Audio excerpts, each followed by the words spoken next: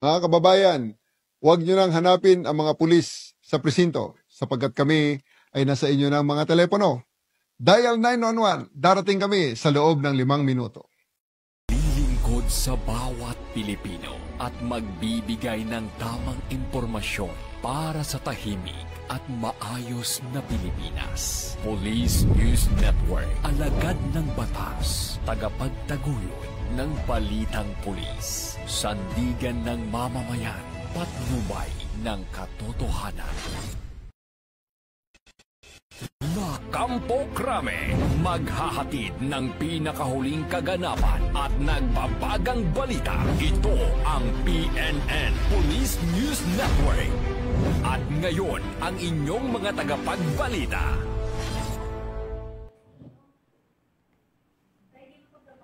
Magandang araw, bagong Pilipinas. Ako ang inyong alagad ng batas, tagataguyod ng balitang pulis. Patrolwoman Mika May Bahiwag mula sa Regional Police Community Affairs and Development Unit, NCR. Maghahatid sa inyo ng tamang balita, kwento ng pulis at serbisyo para sa mamamayan. At ito ang PNP News Online. Ang pangunahing balita ng Police News Network, alagad ng batas, tagataguyod ng balitang pulis.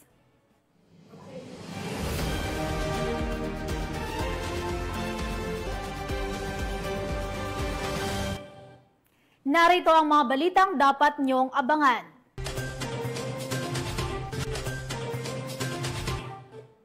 Tatlong suspect nasa kote sa bypass operation sa Malate, Manila. Most wanted person sa kasong frustrated murder, timbog sa General Santos City. At dalawang most wanted person sa kasong carnapping at illegal na droga, arestado sa magkahiwalay na operasyon.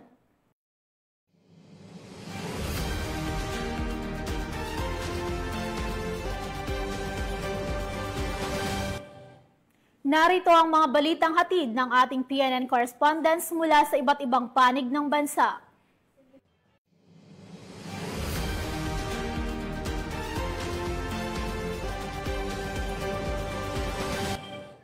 Simulan natin ang balita mula sa bahagi ng Luzon.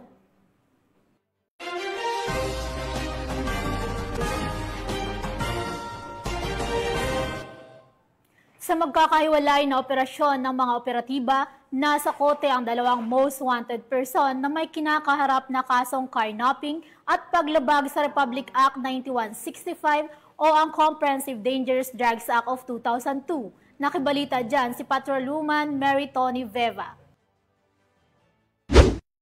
Arestado sa magkahiwalay na operasyon ng dalawang wanted person ng magkaibang lungsod matapos ikasa ng pulisya ang pinaigting na manhunt operation laban sa mga nagtatago sa batas. Unang naaresto ang rank 7 most wanted district level na si alias Maria, 26 na taong gulang residente ng lugar kung saan siya naaresto, Barangay Pulang Lupa, 1, Las Piñas City.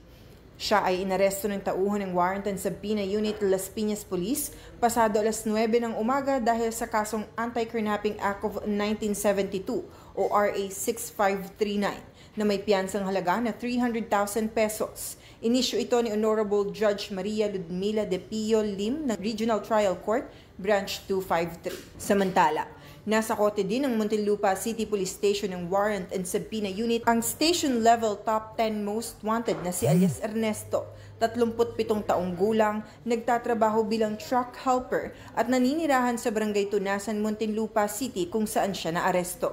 Inisyu ang kanyang warrant ng Regional Trial Court Branch 207 ni Philip Acosta Aguinaldo, ang presiding judge, para sa kasong RA 9165 o ang Comprehensive Dangerous Drugs Act of 2002. Sa ngayon, ang dalawa ay pansamantalang nakadetene sa tanggapan ng Las Piñas at Muntinlupa Police Station para sa kaukulang dokumentasyon habang hinihintay ang pagpapalabas ng commitment order mula sa korte. Mula dito sa Southern Police District, ako ang inyong PNN correspondent, Patrolwoman Mary Tony Veva, alagad ng batas, tagataguyod ng balitang pulis.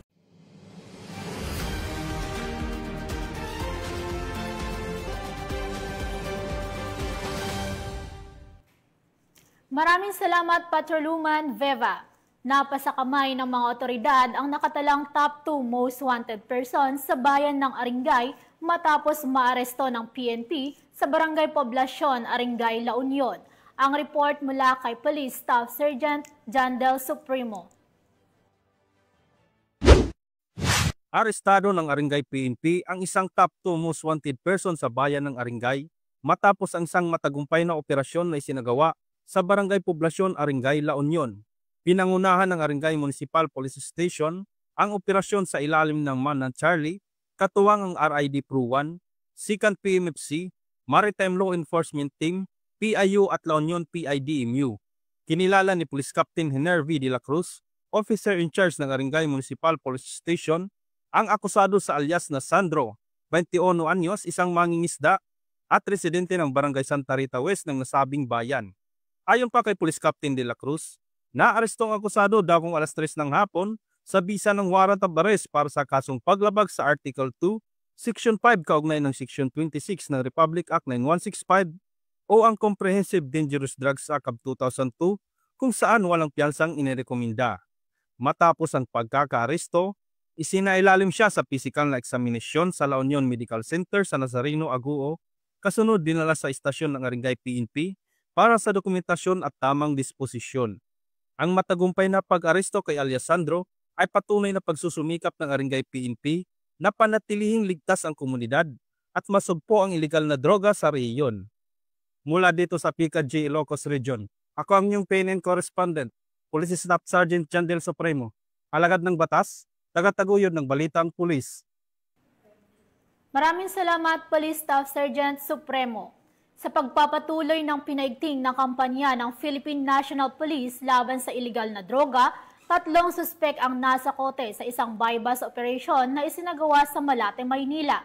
Yan ang tinutukan ni Police Corporal Abigail Rojas. Naaresto ng mga tauhan ng Station Drug Enforcement Unit ng Manila Police District ang 3 hinihinalang sangkot sa iligal na droga sa isinagawang anti-illegal drug buy-bust operation dakong alas 2 pasado ng madaling araw sa kabahan ng Quirino Avenue, Barangay 720, Malate, Manila. Kinilala ang mga nahuling suspect na sina alias Getget, 29 na anyos, alias Popoy, 45 anyos at alias Mojako, 27 anyos na pawang mga taga Maynila. Nasamsam mula sa mga suspect ang 4 na pakete ng hinihinalang shabu na may tinatayang timbang na 12 gramo at may malaking halaga. Kasama din sa nasabat ang mga perang ginamit na buy-bust money. Kasalukuyan namang nasa kustodya na ng istasyon ang mga suspect habang inihahanda ang kasong isasampa laban sa kanila para sa paglabag sa Sections 5 at 11, Article 2 ng Republic Act 9165 o Comprehensive Dangerous Drugs Act of 2002. Ang nasabing operasyon ay bahagi ng patuloy na kampanya ng Manila Police District laban sa iligal na droga sa lungsod. Mula dito sa Manila City, ako po ang inyong PNN correspondent, Patrolwoman Abigail Rojas, alagad ng batas, tagataguyod ng Balitang Pulis. Maraming salamat, Patrolwoman Rojas. Buong puso ang pakikiisa ng Bulacan Police Provincial Office sa pagdiriwang na ika-30 Police Community Relations Month na ginanap sa Camp General Alejo Santos sa City of Malolos, Bulacan. Nakibalita dyan si Patrolwoman Per Cristalline Javier. Kumpay na inaos ng Bulacan Police Provincial Office ang kick-off ceremony ng ika-30th Police Community Relations Month dito sa Camp General Alejo S. Santos, City of Malolos, Bulacan. Pinangunahan ni Police Colonel Angel L. Garciliano, Acting Provincial Director ng Bulacan Police Provincial Office, ang makabuluhang aktibidad kasama ang kapulisan ng Bulacan. Tampok sa programa ang panunumpa ng mga naatasang team leader ng Women Support Network ng Philippine National Police na magsisilbing tagapagtaguyod ng advokasya na manguna, magbigay lakas at magsulong ng karapatan ng kababaihan. Layunin din nitong higit pang palakasin ang ugnayan at pagtutulungan sa pagitan ng pulisya at mamamayan. sa pamamagitan ng iba't ibang aktibidad at programa ng kapulisan na pagtitibay ang tiwala ng publiko at nahihikayat ang mas aktibong partisipasyon ng komunidad sa pagpapanatili ng kaayusan. Patuloy ang pambansang pulisya sa pagpapatupad ng mga inisyatibang naglalayong mapanatili ang kapayapaan sa buong lalawigan. Kasabay nito, ang kanilang tuloy-tuloy na kampanya laban sa kriminalidad at iba pang banta sa seguridad bilang bahagi ng pangakong maghatid ng serbisyong tapat, makatao at may malasakit. Mula dito sa Bulacan Police Provincial Office, ako ang inyong PNN correspondent, Patrolwoman Pearl Cristalin Javier, alagad ng batas, tagataguyod ng Balitang Pulis. Maraming salamat, Patrolwoman Javier. Pitbit ang diwa ng pagtulong at malasakit, nagsagawa ng community outreach program ang mga tauhan ng 1st Palawan Provincial Mobile Force Company kung saan 30 pamilya sa bayan ng Nara, Palawan ang nabigyan ng mga food packs. Ang report mula kay Patrolwoman Eloisa Beredo. Umabot sa 30 pamilya mula sa Purok Matatag, Barangay Panakan 2 ang nakatanggap ng food packs mula sa isinagawang community outreach program ng 1st Palawan Provincial Mobile Force Company noong ika-1 ng Hulyo taong kasalukuyan. Pinangunahan ni Police Captain Jason B. Tesorero, platoon leader ng 1st Palawan Provincial Mobile Force Company, ang aktibidad katuwang ng Barangay Kagawad na si Joselito Villarosa, layunin ng programa na maipaabot ang tulong at malasakit ng kapulisan sa mga nangangailangan at mapalakas pa ang ugnayan ng Philippine National Police sa mga komunidad. Ayon kay Police Captain Tesorero, ang pamamahagi ng tulong ay bahagi na patuloy na advokasya ng Philippine National Police na maging aktibo katuwang ang mamamayan sa panahon ng pangangailangan. Buong pasasalamat namang tinanggap ng mga residente ang naturang ayuda na nagdulot ng ngiti at pag-asa sa kanilang hanay. Ayon sa ilang benepisyaryo, ang tulong ay isang malaking ginhawa sa kanilang araw-araw na pamumuhay. Ang pahayag ng isang miyembro ng 1st Palawan Provincial Mobile Force Company, ang tunay na kagalakan na pagbibigay ay hindi nasusukat sa halaga na naipamahagi kundi sa mga ngiting na ibibigay at init ng malasakit at naipaparamdam. Tiniyak naman ng 1st Palawan Provincial Mobile Force Company ang kanilang patuloy na pagsusumikap sa pagbibigay ng serbisyo sa komunidad bilang bahagi ng kanilang misyon na mapanatili ang kapayapaan, kaayusan at serbisyong makatao sa lalawigan ng Palawan. Mula dito sa Calapan City, Oriental Mindoro, ako ang iyong PNN Correspondent Patrolwoman Eloisa Joy B. Beredo, alagad ng batas, tagataguyod ng Balitang Pulis. Maraming salamat, Patrolwoman Beredo. Isinakatuparan ng Regional Mobile Force Battalion ng NCRPO ang isang malawakang showdown inspeksyon bilang bahagi ng kanilang patuloy na kampanya para sa disiplina at kahandaan sa serbisyo. Isa-isang siniyasat ang mga baril, sasakyan, kagamitan at maging ang tamang bihis at personal grooming ng mga tauhan ng unit. Patrolwoman Maria Danica Bungo sa report. Sinagawa ng Regional Mobile Force Battalion ng NCRPO ang matagumpay na showdown inspection sa NCRPO Grandstand Camp Bagong Diwa, Bicutan, Taguig City upang suriin ang lahat ng baril at kagamitan ng mga pulis. Pinangunahan ito ni Force Commander Police Colonel Celso M. Rodriguez kasama ang mga opisyalis ng RMFB bilang bahagi ng kanilang hakbang upang matiyak na laging handa at ligtas ang gamit ng kapulisan. Sa nasabing inspeksyon, maingat na tiningnan ang kondisyon ng mga baril, sinuri at tiniyak na kumpleto ang bala at iba pang kagamitan. Kasama rin sa pagsusuri ang mga sasakyan at ang tamang bihis ng mga pulis. Ayon kay Police Colonel Rodriguez, mahalaga ang ganitong inspeksyon para sa patuloy na kahandaan ng RMFB sa anumang oras. Dapat siguraduhin nating maayos ang gamit para maayos din ang serbisyo natin sa komunidad.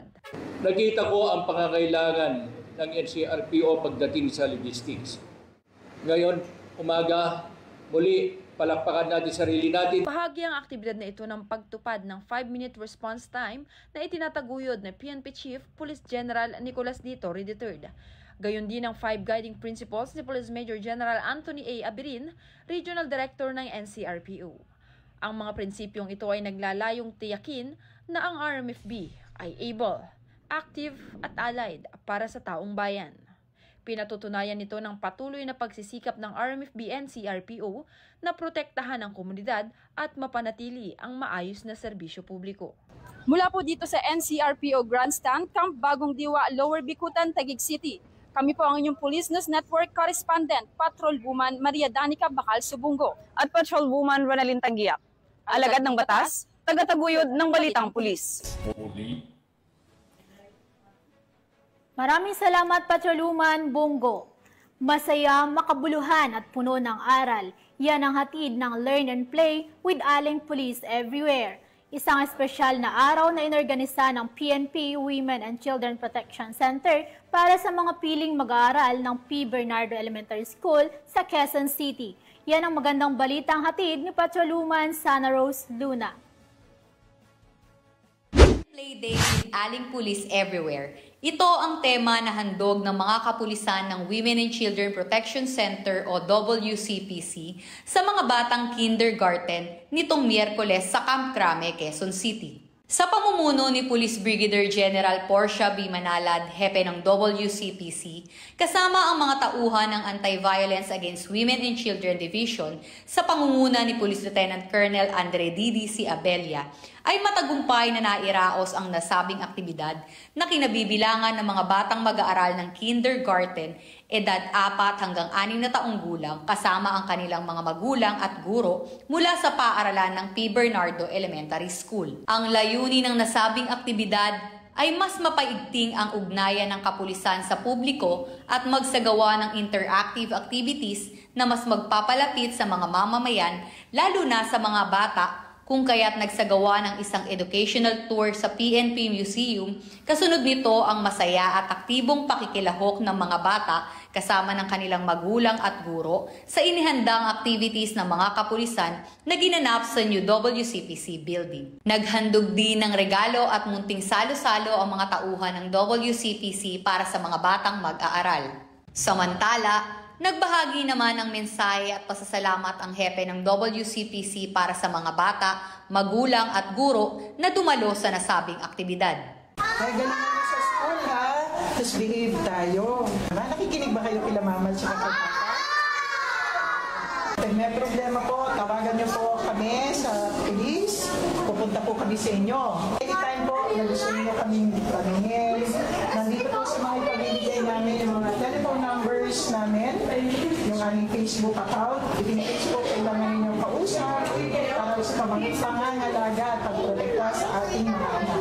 Ang tanggapan ng Women and Children Protection Center ay bukas at laging handang tumulong sa mga kababaihan at kabataan kasabay ng pababalik eskwela nitong nagdaang buwan ng Hunyo. At kung may nais kayong isumbong kay Aling Police, maaari kayong tumawag o mag-chat sa aming WCPC helpline. Mula rito sa PNP Women and Children Protection Center, ako ang inyong PNN Correspondent Patrolwoman Sana Rose Luna, alagad ng batas, tagataguyod ng Balitang Pulis. Maraming salamat, Patrolwoman Luna. Tunghayan naman natin ang mga balita mula sa Visayas.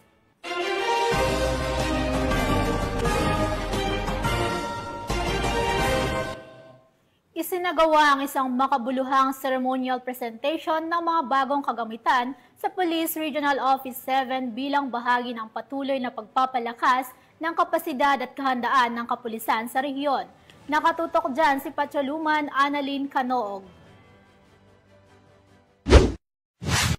Matagumpay na isinagawa ng Police Regional Office 7 sa pamumuno ni Police Brigadier General Rodrigo A. Maranan, Regional Director, ang isang ceremonial presentation ng mga bagong kagamitan na binili, idonate o pinahiram para sa pagpapalakas ng kakayahan ng kapulisan sa Central Visayas nitong ika-1 ng Hulyo sa taong kasalukuyan sa Camp Serios Menya Senior, Cebu City. Ang aktibidad ay simbolo ng pinagsanib na suporta mula kay Chief PNP Police General Nicolas Torre III, mga local government units at mga pribadong sektor na layunin paigtingin ng operational readiness, internal security operations at ICT modernization ng Pro-7. Sa ilalim ng PNP Capability Enhancement Program at Regional Procurement, ipinagkaloob sa Pro-7 ang 222 na desktop na computers, 8 office tablets, 225 waistcoat vest, 7 Akela 150cc motorcycles, at 82 one-prime handheld radios. Bukod pa rito, ipinakita rin ang kagamitan mula sa donasyon o pagpapahiram ng LGUs at pribadong sektor,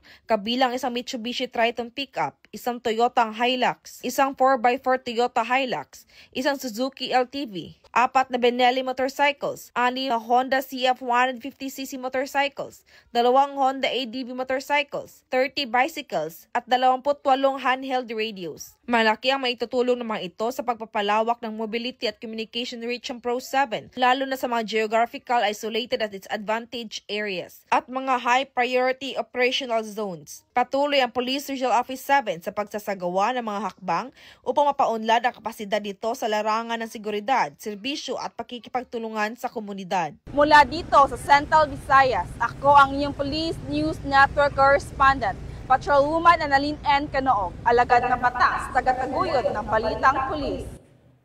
Maraming salamat, Patrolwoman Canoog. Narito naman ang mga balita mula sa bahagi ng Mindanao.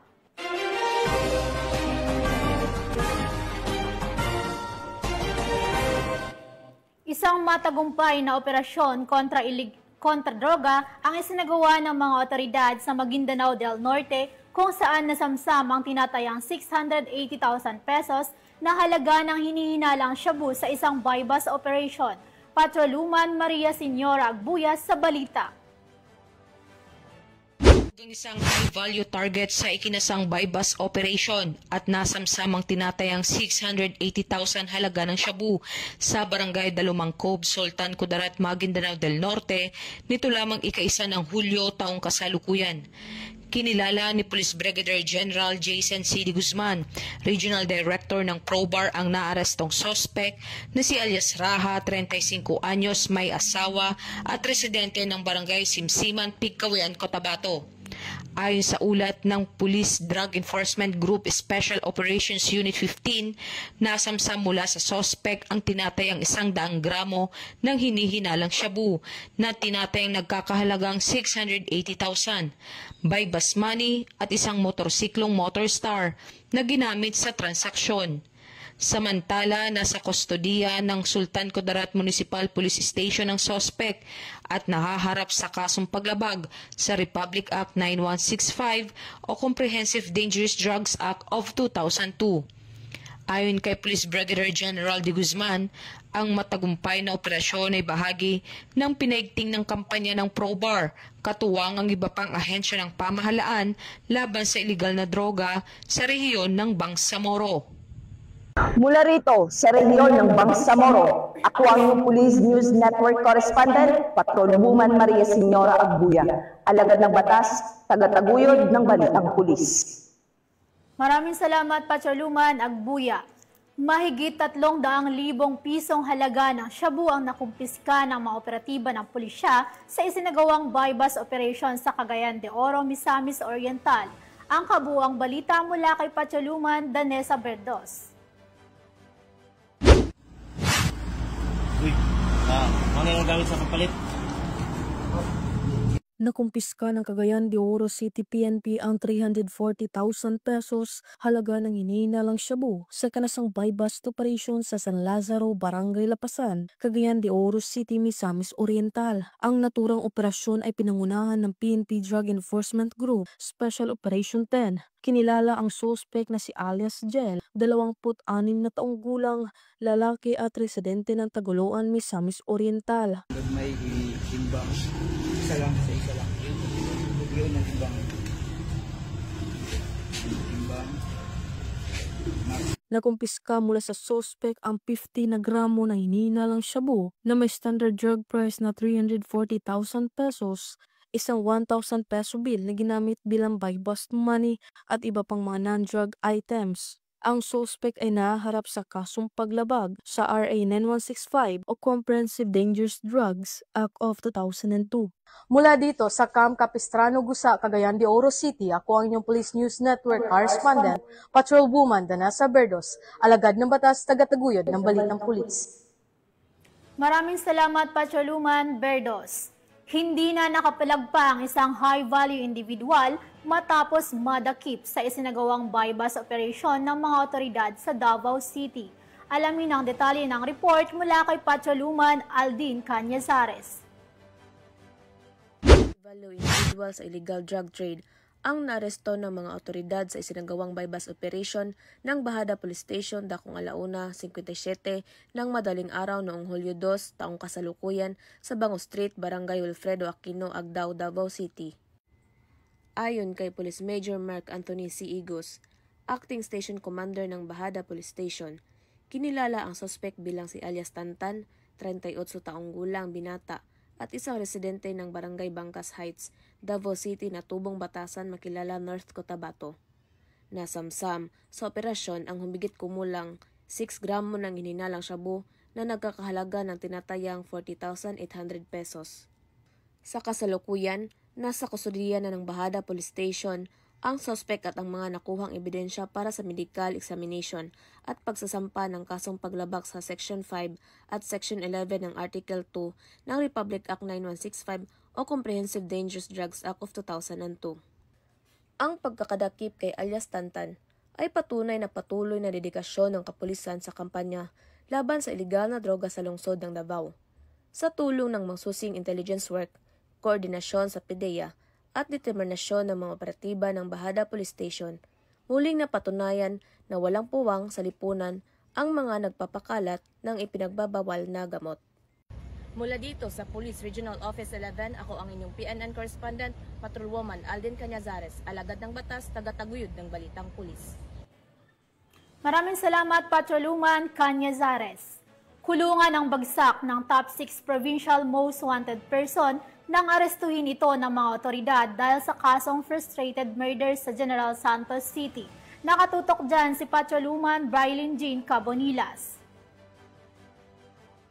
Ng mga operatiba ang tinagurang top 6 provincial most wanted person sa kaso nitong frustrated murder sa ikinasang warrant of arrest operation sa Purok 8, Lanton, Barangay Apupong, General Santos City. Lamang ika-2 ng Hulyo 2025. Kinilala ni Police Major Wesley P. Matiliano, Station Commander ng Station 5, General Santos City Police Office, ang naarestong suspect na si alias Adlaw, 41 anyos at may asawa, residente ng nasabing lugar. Bandang alas 8:40 ng gabi, ikinasa ng mga tauhan ng Police Station 5, General Santos City Police Office, kasama ang Sarangani Provincial Mobile Force Company, Sarangani Provincial Police Office, ang warrant of arrest para sa suspect.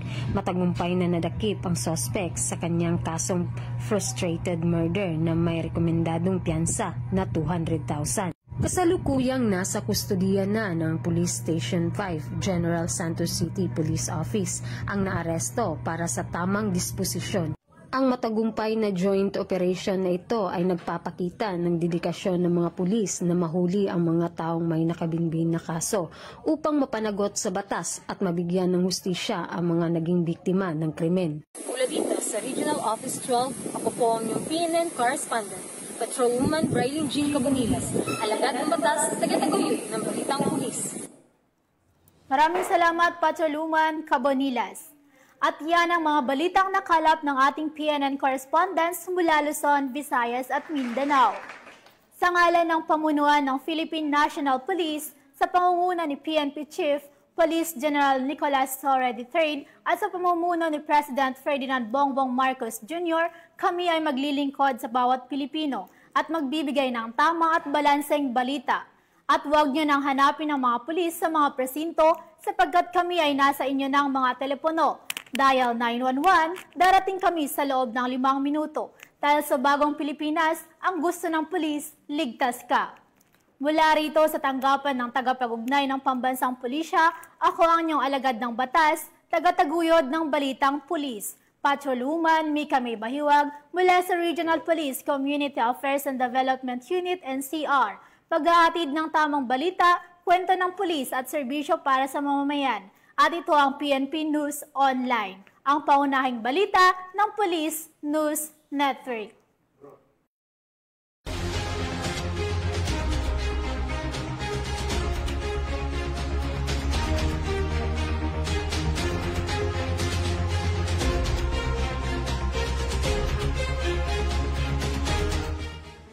Police News Network, alagad ng batas, tagapagtaguyod ng balitang pulis. Mga kababayan, huwag nyo nang hanapin ang mga pulis sa presinto sapagkat kami ay nasa inyo ng mga telepono. Dial 911, darating kami sa loob ng 5 minuto.